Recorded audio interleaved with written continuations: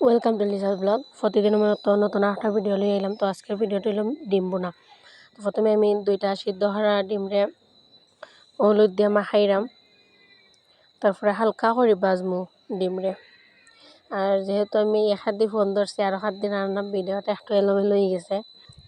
তারপরে হলো আমি হলো পেঁয়াজ কুচি, কাঁচামরিচ কুচি আর টমেটো কুচি রাখছি। এখন পেঁয়াজ দিছি, প্রথমেই সয়াবিন তেল দেওয়ার পরে পেঁয়াজ দিছি, স্বাদ মতো লবণ দিছি, 2টা তেজপাতা দিছি, তারপরে কাঁচামরিচ কুচি, হলুদ গুঁড়ো, মরিচ গুঁড়ো, ধনিয়া গুঁড়ো সব কিছু দিয়া বেলায় নাড়মু। তারপরে হলো 2-3 মিনিট পরে দিলাম টমেটো কুচিটা বেলায় মজাইমু। আর এদিন বাড়িত খেয়েই আসলা না, তার লাগি নিজে নিজে রাঁধছি, আবার এক হাত দিয়ে ফোন ধরছি।